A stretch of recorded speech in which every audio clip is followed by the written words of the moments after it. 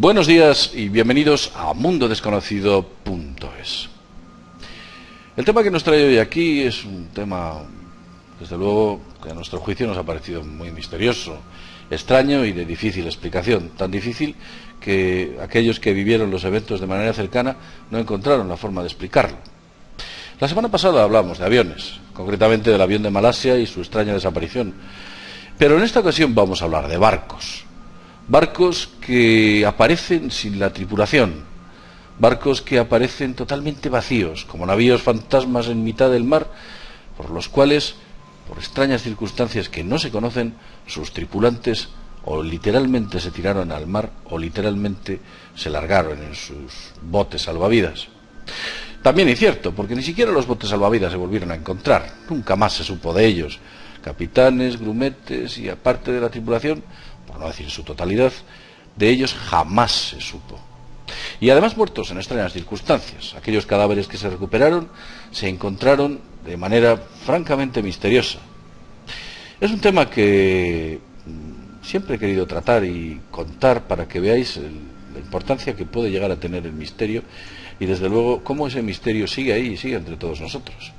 Para hablar de esos buques fantasmas o esos barcos misteriosamente que han sucedido o que les han sucedido extraños misterios, tenemos con nosotros, como siempre, a Vicente Fuentes. Vicente, otra vez aquí, con todos nosotros. ¿Qué tal estás? Hola JL, buenas a todos los seguidores de Mundo Desconocido. Encantado de estar otra vez aquí. Realmente fascinante este tema, porque cuando uno se mete y empieza a investigar todos los casos que han ocurrido a lo largo de la historia, se da cuenta de que hay puntos marcados del mapa que parecen malditos, que invariablemente a lo largo de los años acaban ocurriendo tragedias con similares características, sin ningún tipo de razón aparente. Si te parece bien, JL, podemos dar unas pequeñas pautas de qué tipo de características comunes tienen este tipo de desapariciones de tripulaciones de barcos en estos puntos determinados del mapa. Pues sí, porque efectivamente estos barcos que desaparecen sus tripulaciones lo hacen, bueno, pues sin un motivo aparente. Y cuando digo un motivo aparente es que no hay razón lógica posible por la cual esas personas han desaparecido. Y además, dentro de las circunstancias que tú has indicado. Coméntanos esas circunstancias. ¿En qué circunstancias más o menos se encuentran envueltos y por lo cual esos barcos pierden toda la tripulación? Sí, pues mira, te cuento, JL. Muchos de los incidentes ocurren con mares en calma, es decir, no existe ningún tipo de marejada o fuerte marejada o mar gruesa en las circunstancias de la desaparición.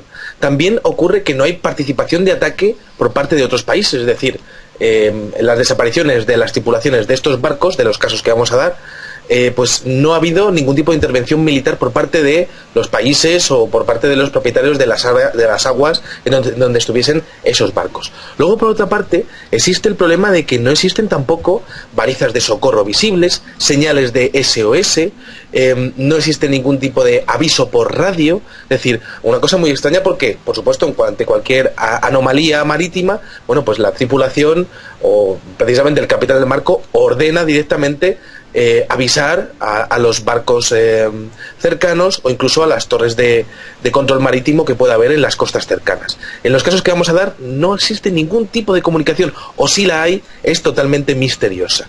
Otra cosa bastante interesante es que hay un silencio gubernamental al respecto de todos estos casos en las épocas en donde ocurrieron. Es decir, estamos hablando de casos que podemos llamar de desapariciones extremas en alta mar que no deberían de haber ocurrido, y que por supuesto tienen unos protocolos de actuación, y esos protocolos de actuación no se siguen en ninguno de los casos.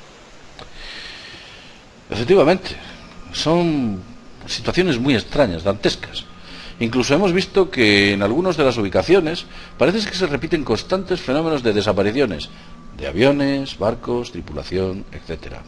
Son zonas en las que se repite y se repite el fenómeno cada cierto tiempo, como si en ese sitio hubiera algún tipo de fluctuación electromagnética, algún tipo de vórtice que desconocemos qué tipo de de características tiene, tal vez un salto interdimensional, vamos, todo esto es especulación.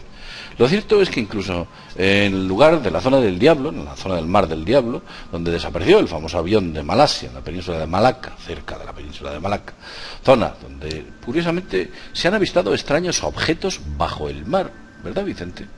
Efectivamente, esta información corresponde a un incidente del buque USS Omar del día 14 de octubre de 1923 y publicada por el señor Kurt Kehl de la ciudad de Hamburgo, en Alemania, y que es miembro del Instituto Hidrográfico Alemán. Bien, pues este hombre relata un incidente ocurrido en aquel barco, en aquel día, en el que toda la tripulación de aquel barco militar norteamericano pudo avistar una serie de ruedas bioluminiscentes o luminiscentes que estaban pasando por debajo del buque, a gran velocidad además. Lo interesante fue que pudieron dar detalles, y claro, evidentemente eran personas preparadas a nivel de ingeniería, y pudieron dar detalles muy curiosos, ¿no? Como por ejemplo, que pasaban de 12 a 15 veces por minuto, ¿no? Que eran capaces de iluminar hasta el 80% del mar alrededor del barco. Y otra cosa muy interesante es que las aspas eran como una especie de ruedas que tenían aspas, se movían a 30 metros por segundo, a gran velocidad, ¿no? Esto es muy interesante porque estas ruedas luminiscentes sí que se han llegado a ver en la casuística ovni histórica, y sobre todo en algunos casos, como en Tijuana, en este mismo año 2014, el año 2013 y el año 2012, y que el caso del que estuvimos hablando, que era una especie de engranajes que se veían en el cielo de México y que eran de color morado. Esto lo estuvimos hablando en Mundo Desconocido en su momento. Fíjate qué curioso, JL, que en la zona en donde ha desaparecido el avión de Malasia, o que al menos se perdió la primera señal, pues está esa referencia histórica del año 1923 en el que un buque militar tiene este incidente. Sí, la verdad es que la zona aquella está llena de incidentes extraños. Es una zona bastante tensa, incluso podemos decir que movidita por la ubicación geográfica que tiene con respecto a la Tierra. Recordemos que tanto esa como otras, lo que podríamos denominar la zona del Caribe, es una zona en la cual las tormentas son impresionantes, y desde luego las posibilidades de que un barco desaparezca porque sencillamente se hunda existen, pero el problema está en que cuando el barco sobrevive, está en perfectas circunstancias, y dentro del barco no hay nadie, hay que saber por qué aquella gente ha desaparecido o se ha marchado. Vamos a centrarnos en uno de los primeros casos, tal vez el más conocido de todos, quizás muchos de vosotros lo hayáis escuchado, y concretamente es un barco cuyo nombre era el Mari Celeste, aunque ese es el segundo nombre que se le dio, porque inicialmente se llamaba el Amazon, así es como se le bautizó en el año 1861, el Amazon. Fue botado en Canadá y empezó a tener a ocurrirle cosas muy extrañas. Uno de los primeros viajes, el capitán del barco Amazon, que posteriormente fue el Mari Celeste, muere ahogado, y en el segundo viaje, el siguiente capitán que fue nombrado para comandar este barco también muere en extrañas circunstancias. Lo que hizo posteriormente, o lo que ocurrió, es que este barco fue vendido, fue considerado un barco maldito, la desgracia se había ceñido sobre él, y fue comprado por una naviera norteamericana. Esta naviera norteamericana, bueno, pues empezó a ejecutar o a hacer una serie de viajes con este tipo de barco, y parece ser que los problemas empezaron a aparecer de manera siniestra, ¿no es verdad, Vicente? Efectivamente, estamos hablando de que el barco fue descubierto el día 4 de diciembre de 1872 entre las Islas Azores y Portugal, y muy interesante porque no estaba la tripulación, ¿no? Y no había señales de lucha, lucha interna, cualquier tipo de combate que hubiese habido, motín, algún tipo de motín, sabotaje, asalto de piratas, nada de nada, ¿no? Tenían comida para 6 meses, agua para 6 meses, la cabina del capitán estaba totalmente intacta, que posiblemente pues fuese a lo mejor una de las primeras cosas que se atacaría o que habría en un motín. Las pipas de fumar y el tabaco estaban allí prácticamente intactas, y no había ni rastro de ningún marinero. Solamente había un bote salvavidas que había desaparecido, y el cargamento de 1701 barriles de alcohol industrial que llevaban, pues estaba intacto, es decir, no había explotado, no había reaccionado con el agua de mar, es decir, estaba completamente impoluto. Entonces ocurre que encuentran el barco y la tripulación no está, y estamos hablando de un barco de unas dimensiones bastante grandes, ¿Qué tipo de evento puede hacer para que toda la tripulación se tire al agua sin ningún tipo de justificación, siendo marineros además experimentados y que por supuesto pues no tenían ningún tipo de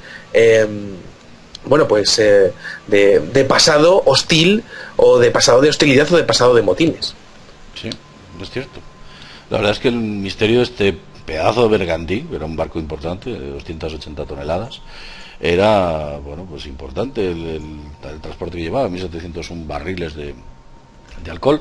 Había algunas teorías que decían que se habían contaminado con este alcohol, de alguna manera, podía haber existido algún tipo de fluvio de este vapor y de los vapores de estos alcoholes, y se habrían, bueno, pues entrado en algún tipo de malestar general, por lo cual, bueno, pues la gente decidiese, en vez de pasar ese suplicio, suicidarse. Pero las condiciones en las que se encontró, y por supuesto el capitán en ningún caso en su cuaderno de bitácora hace referencia a ese hecho, que sería un hecho tan importante o tan sumamente fundamental como para hacer o explicar por qué habían desaparecido todos, evidentemente. Pues aquello no aparece reflejado en el cuaderno de bitácora del capitán.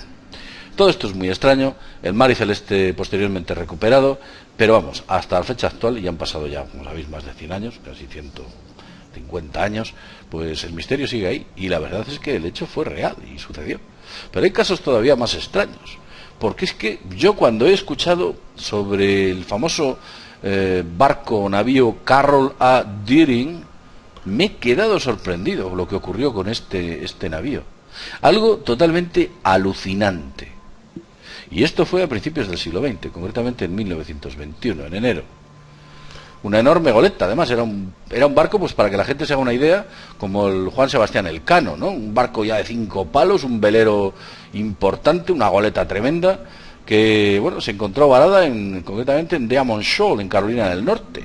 ¿Qué ocurrió, Vicente, concretamente con el Carroll of Derling? Pues esto ocurre en la mañana del día 31 de enero de 1921.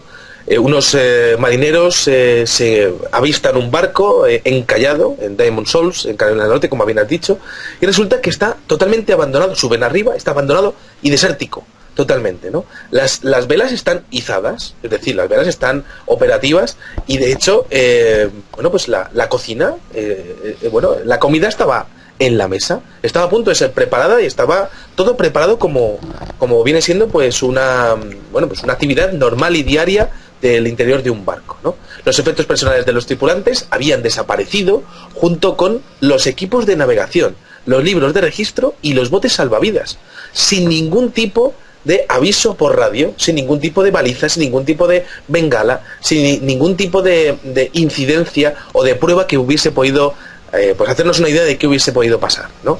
Es interesante porque todavía quedaban 2 botes salvavidas, pero no se encontró ni rastro de la tripulación. Y es interesante el tema porque otros barcos pesqueros de menor tamaño, justo en aquel invierno de 1921 y justo en esa zona, también desaparecieron. Pero claro, eran a lo mejor pues veleros o eran barcos pesqueros pues más pequeñitos y tampoco tenían mucha trascendencia, y tenemos que entender también que la prensa de aquella época pues quizá reflejaba eventos pues solamente los más importantes, ¿no? Pero es interesante porque hay una gran cantidad de casos justo en ese lugar del mundo y justo en ese tiempo que de desapariciones de tripulaciones de barcos, justo en esa zona. Y además es que es sencillamente inexplicable por qué un capitán deja un barco, se monta en un bote salvavidas, un barco que no es saqueado, que está en perfectas condiciones, de manera inminente, porque la comida estaban haciendo la comida, sin previo aviso, coge las 2 cosas más importantes que necesita para poder navegar con el bote. Uno es los equipos de navegación y los libros de registro, y se largan, y dejan aquel barco.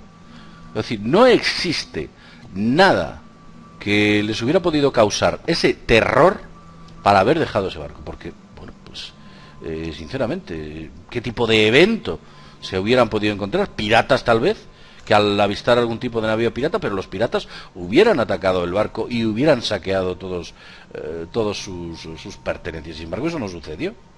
Algo muy extraño. Bueno, si quieres pasamos a otro caso. A mí me parece ya el siguiente caso ya roza, este sí que es surreal.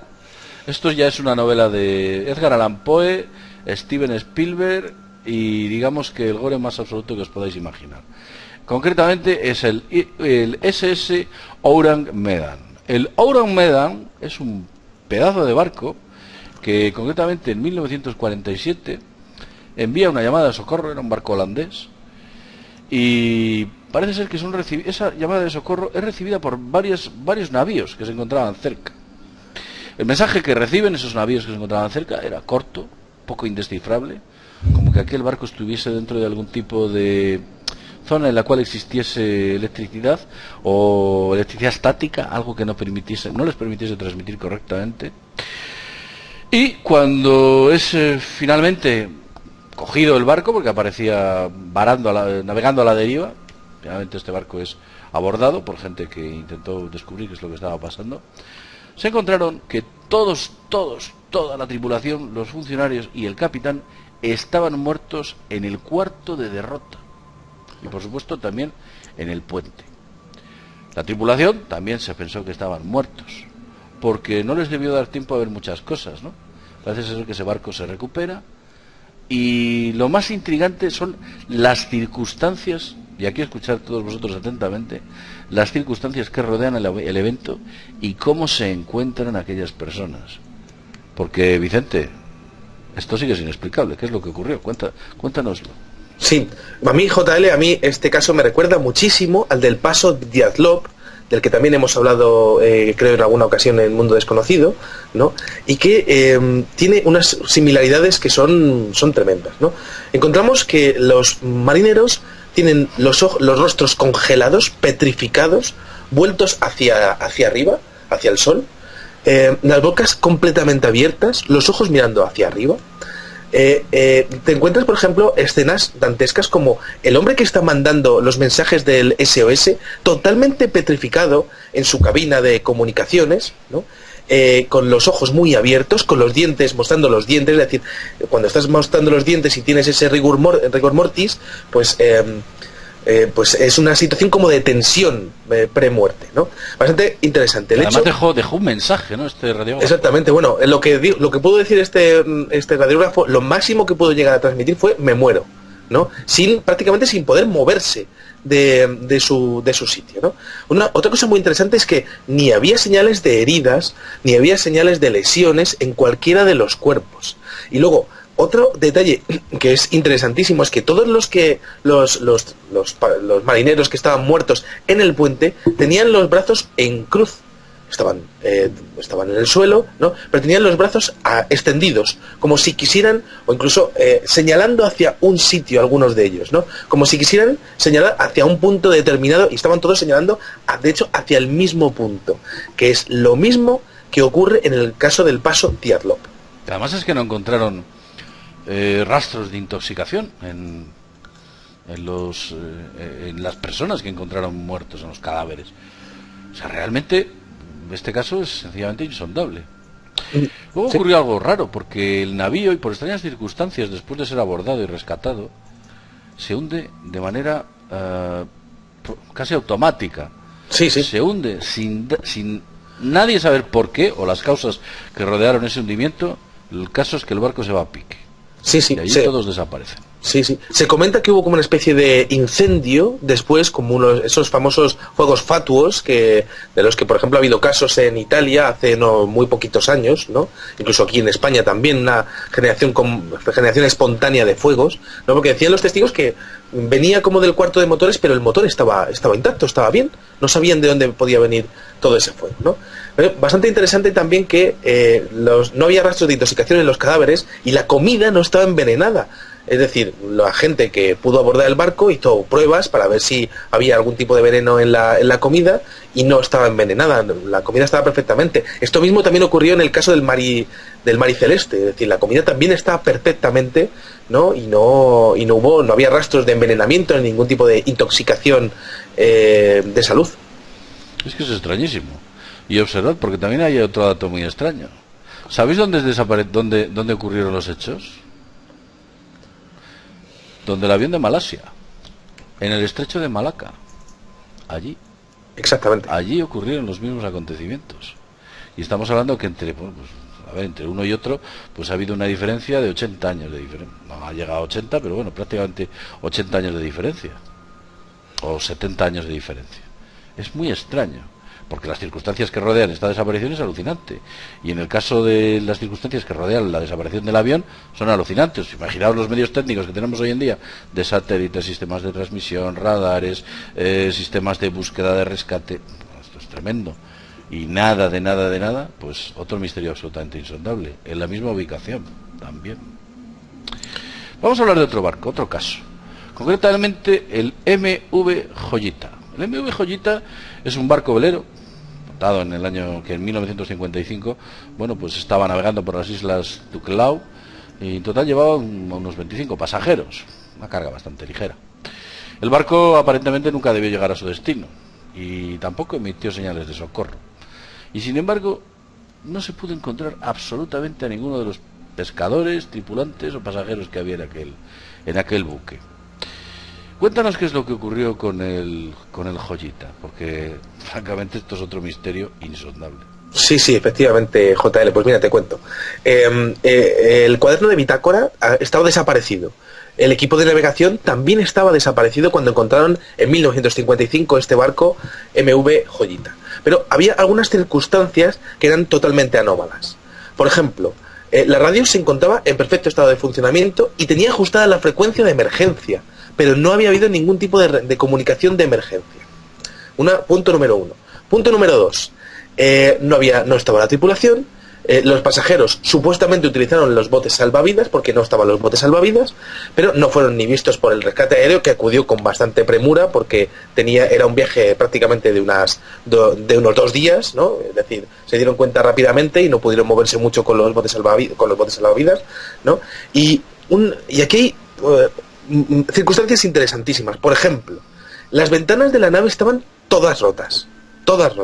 Segundo, el motor principal estaba cubierto con colchones. Es decir, había ocurrido algo por la cual aquella tripulación tuvo que coger los colchones de los camarotes y ponerlos en la zona del motor. Y luego, por otra parte, había otra cosa que es interesantísima, que es que todos los relojes del barco estaban detenidos a las 10:25 horas de la noche, excepto el reloj del capitán, que tenía 1 hora más. Esto es curiosísimo. Sobre todo la cuestión de los colchones, los relojes, los cristales estropeados, por qué la hora del reloj del capitán marcaba otra, distinta a los de los demás que también se pararon. Es todo muy extraño. Realmente, antes hemos estado especulando, hemos llegado a 2 conclusiones. Una, nos imaginamos un panorama en el cual todos los cristales de un barco se destruyen y pensamos que existen 3 factores. Primero, el factor del impacto. Evidentemente, por impacto, pues los cristales se rompen. Pero lo que nos pareció extraño que se destruyesen todos los cristales. Entonces ya pensamos en la segunda teoría. La segunda teoría, que es el cambio térmico. Un cambio térmico brusco de temperatura puede hacer que la diferencia entre la temperatura exterior y la interior hace que el coeficiente de dilatación de una parte sea distinto a la otra y se fragmente. Pero esa teoría la descartamos, porque también pensamos que quizás un aumento de temperatura exterior hubiese provocado que la gente se arrinconase a la única fuente de calor que era el motor y allí incluso colocaran los colchones. Incluso pensamos que esos relojes, la diferencia de temperatura entre unos y otros debido a la ubicación del camarote del capitán, hubiese provocado que existiese una diferencia entre la hora que marcaban unos y la hora que marcaban otros. Pero nos parecía muy extraño, porque a posteriori esa gente cogió los botes y se largó. Con lo cual, la teoría del cambio térmico nos parecía demasiado insustancial. Vicente propuso una tercera teoría, y fue la siguiente.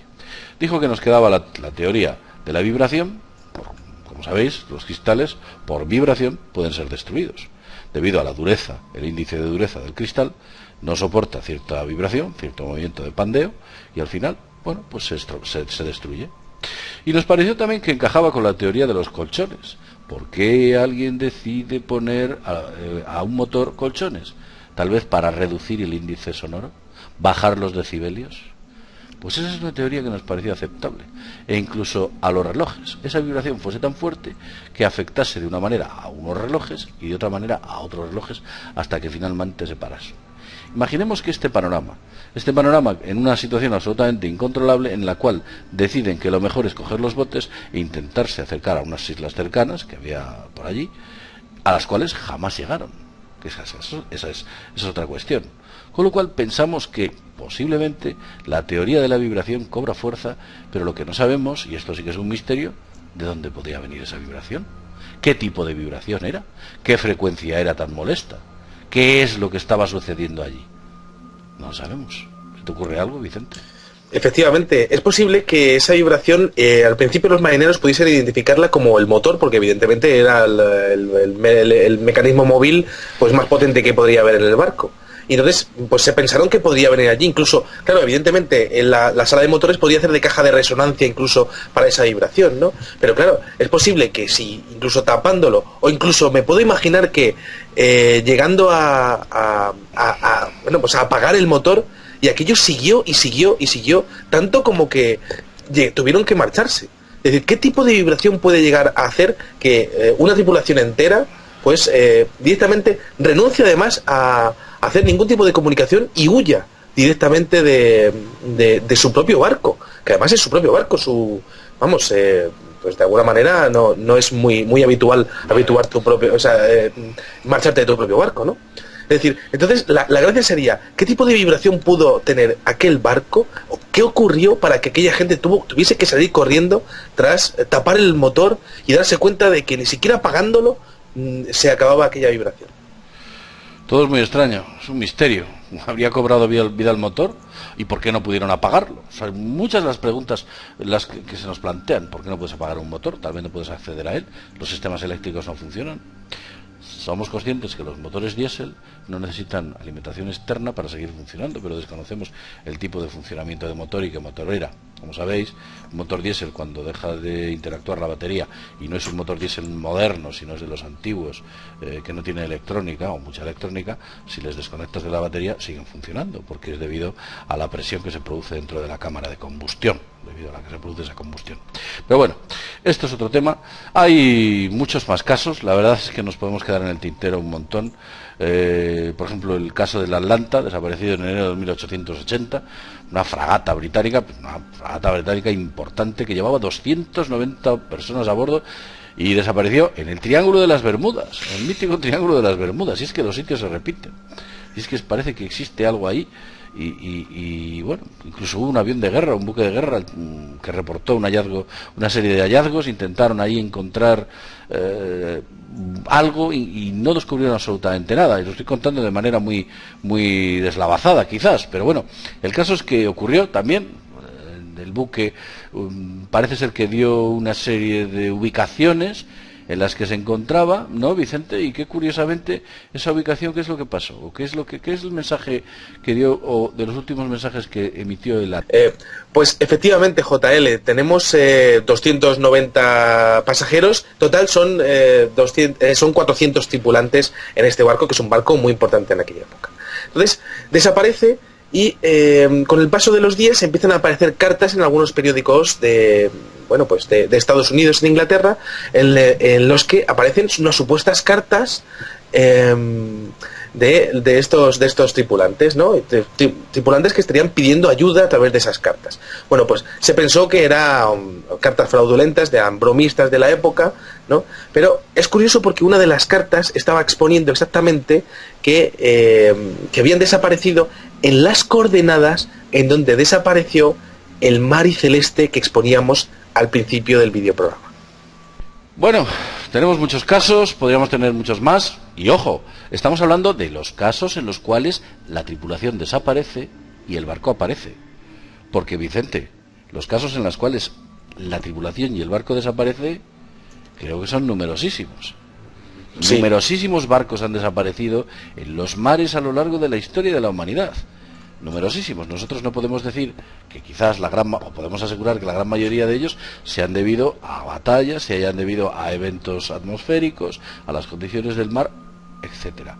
Pero posiblemente gran cantidad de esas desapariciones se deban a las mismas circunstancias o a los mismos misteriosos acontecimientos que les ocurrieron a los casos que hemos contado, porque hay más. Podemos hablar, por ejemplo, del Snowboy, o podríamos hablar, por ejemplo, del Witchcraft, también otro barco desaparecido, o podríamos hablar del Cotopaxi.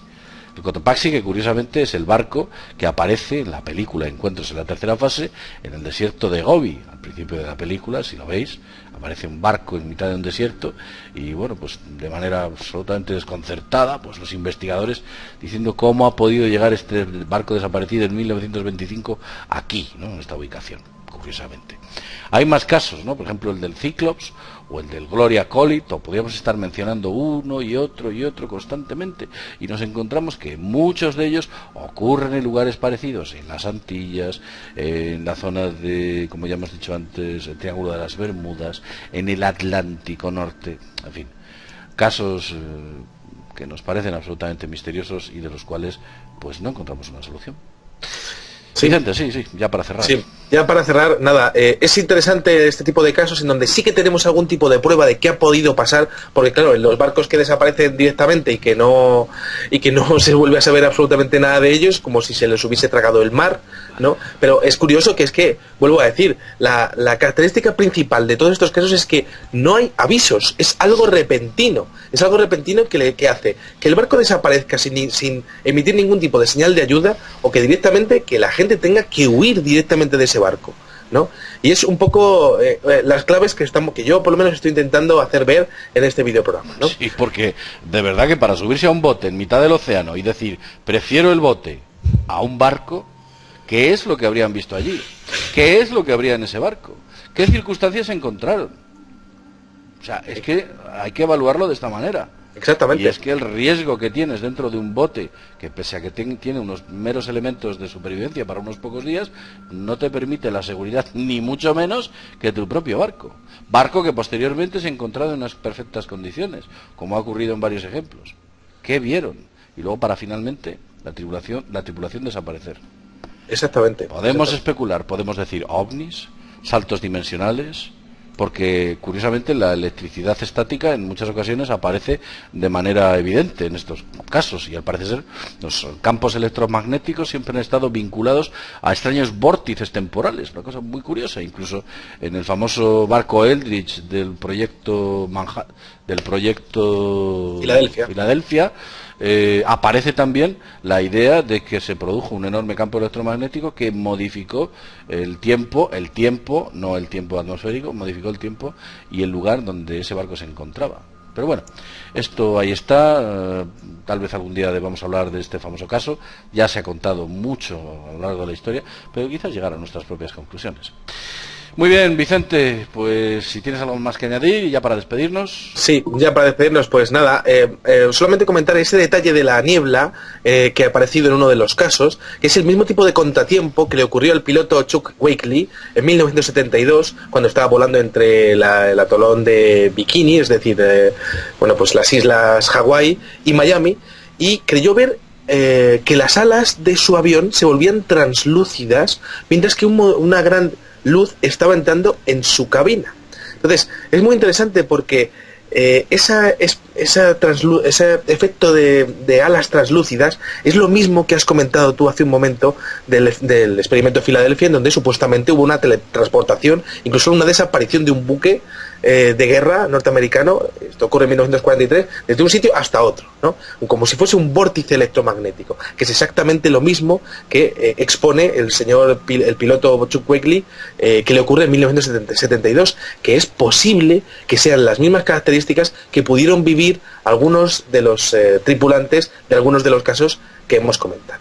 Bueno, yo por mi parte tampoco mucho más, y muchas gracias. Muy bien. Pues efectivamente, y al final nos damos cuenta y analizamos lo que es un vórtice electromagnético, es un huracán, pero quizás el huracán esté en unas condiciones muy concretas, muy determinadas, con una potencia en Gauss, campo electromagnético, muy elevadas, tal vez inusitadas, y produce ese tipo de modificaciones o ese tipo de conductas. No lo sabemos. Lo dicho, llevamos ya 35 minutos prácticamente hablando de todo este tipo de cuestiones. Nos ha parecido fascinante y desde luego es un tema que merece la pena mencionar. Sin más, desde Mundo Desconocido, y nos vemos en el próximo programa. Ahí os queremos ver y estaremos para contaros todas aquellas cuestiones que sabemos que os interesan. Lo dicho, desde mundodesconocido.es nos vemos en el próximo videoprograma. Hasta pronto.